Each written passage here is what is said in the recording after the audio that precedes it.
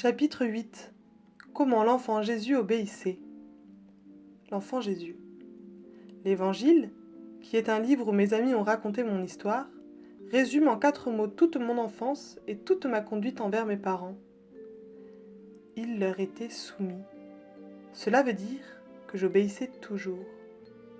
La Sainte Vierge me disait « Mon petit Jésus chéri, veux-tu aller me chercher de l'eau ?» Je quittais tout et j'y allais bien vite, en ayant soin, toutefois, de ne pas trop courir pour ne pas en renverser par terre.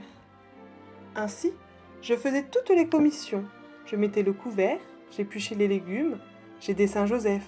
Souvent même, quand je voyais quelque chose à faire pour leur rendre service, je n'attendais pas qu'ils me demandent et j'étais heureux de les voir contents. Quand j'étais bien occupée à jouer avec mes petits camarades ou avec le minet de la voisine, ou bien avec mes petits bouts de bois, et que tout d'un coup j'entendais appeler « Petit Jésus, petit Jésus !» je ne disais pas « Oui, oui, maman, j'arrive !»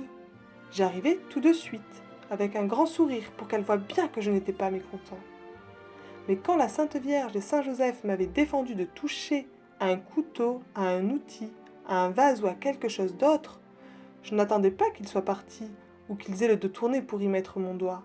Je me disais « Je suis seule, mais mon Père qui est dans les cieux voit tout. Il me voit. Il sait qu'on m'a défendu de toucher à cela. Je n'y toucherai pas. » Je n'avais même pas envie d'y toucher, car quand on est Dieu, on n'a jamais envie de faire le mal. Mais toi, à cause du péché originel, tu peux en avoir envie. Il t'arrivera souvent d'en avoir envie. Alors je t'ai déjà expliqué ce qu'il faut faire. Quand on a envie de faire le mal, il faut toujours regarder d'un autre côté. Et sais-tu surtout de quel côté il faut regarder ? Du côté de ma croix. C'est facile, car elle est partout.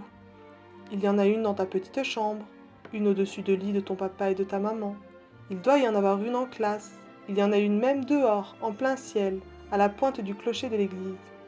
On la voit d'à peu près partout quand on se promène, et les hirondelles viennent s'y poser. Cette croix, où j'ai l'air de tant souffrir avec mon pauvre corps étendu, mes pieds et mes mains cloués, ma tête endolorie, et mes yeux à moitié fermés qui pleurent de grosses larmes, cette croix qui te fait peur comme tu me l'as dit, qui te fait du chagrin, même quand tu la baises au cou de ta maman ou au bout de ton petit chapelet, cette croix rappelle au monde le plus grand acte d'obéissance qui fut jamais fait.